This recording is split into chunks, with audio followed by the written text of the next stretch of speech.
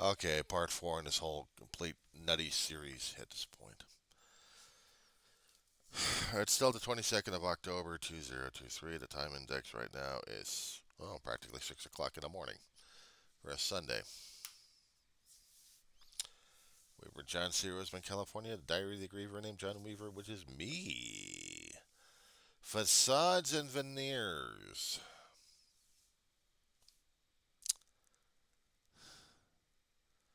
How long am I in mortal coil growing up as a youth till I hit adult age? And then after that, who knows? When the hell was I actually able to deal with death, grieving, mourning, all that sort of stuff? I remember when my great aunt had passed away on the 31st of January, 1979, at May. She was going to see her beloved husband, Uncle Al. Al had died several years prior to that. Aunt May was miserable. She loved her husband. But when she lost him, she lost part of herself as she was trying to will herself to die. One of my uncles was trying to be a caretaker or someone in charge of her, period. Put her into a nursing home. They were supposed to take care of her. They didn't. They left her sitting in a chair, just staring at the damn wall. Ma found out about it, brought her down, brought her home. She was a miserable old lady during that time. She was miserable to me because maybe in some way I reminded her of her husband. But she was miserable. She didn't know how to handle it. She couldn't have handled it. Despite the fact she was with family, she still couldn't handle it. She was angry.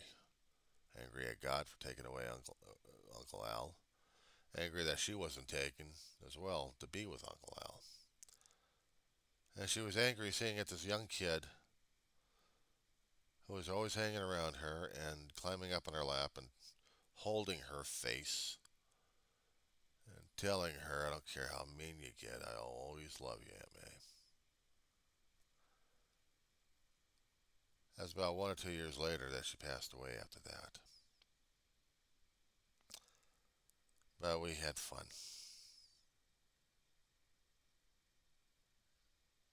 There have been times I had to pray to God, keeping her alive because I didn't want to lose her. It was only after my 12th birthday, minutes after my birthday had expired, that she passed away in her sleep. She had been prone to heart attacks. I think she had a pacemaker. No, I don't think she had a pacemaker, but she was prone to heart attacks. And this one took her out. Yeah, I cried that day for it. I tried to hold myself together, especially when we flew up to Oakland, got to Lafayette, and we attended a memorial service, a viewing, and got back home that weekend because I had to go back to school. And the hardest damn thing was for me to hold it in. Several months later, I'm in a junior high and I have a dream about her. Standing, smiling at me in her blue and white house coat. Nightgown, actually.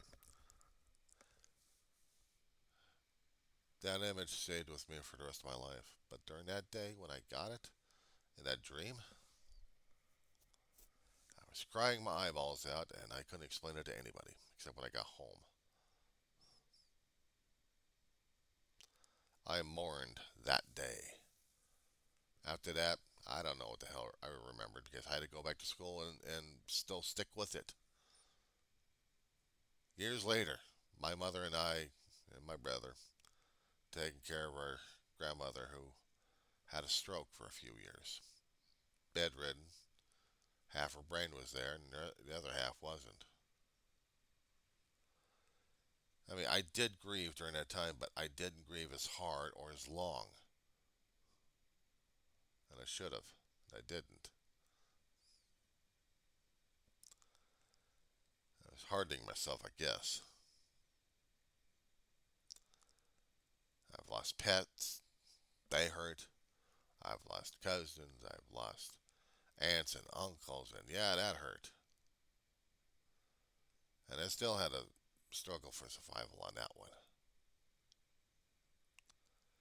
It was not until I lost Ma back in 2013 that was breaking me apart.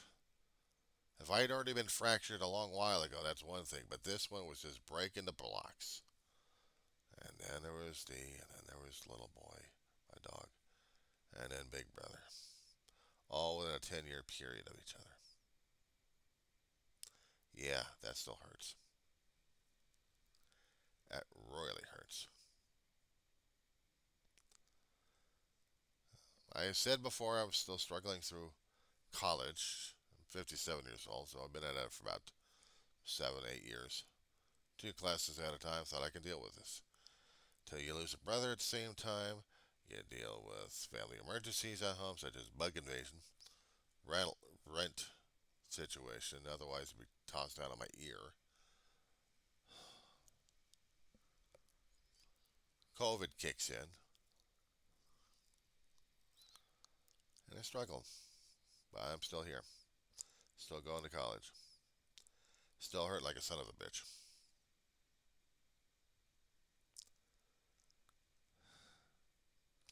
Some things I could talk about, and other things I know I'm going to be going on that emotional roller coaster and regretting every single second of the damn thing. And right now, that's what I'm feeling. Exactly what I'm going through right now. It's not that easy. Never wasn't supposed to be easy, but it's stuff I had to get off my damn chest in the first place.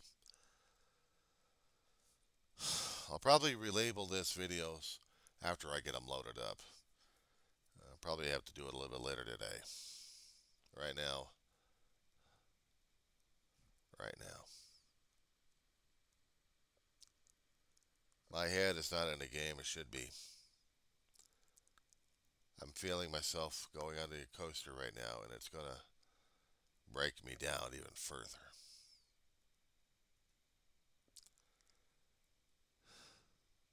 I survive. But I'll tell you, sometimes survival sucks. You have to live. I have memories. I have thoughts. I have feelings about my family. I miss them a great deal. Constantly, I try to keep that picture always on my videos. That cabinet. A constant reminder. I got pictures on my couple of my laptops over here and on my cell phone about my family.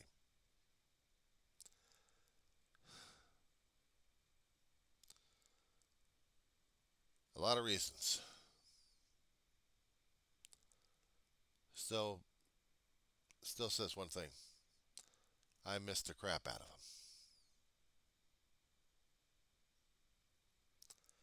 Short video anyway.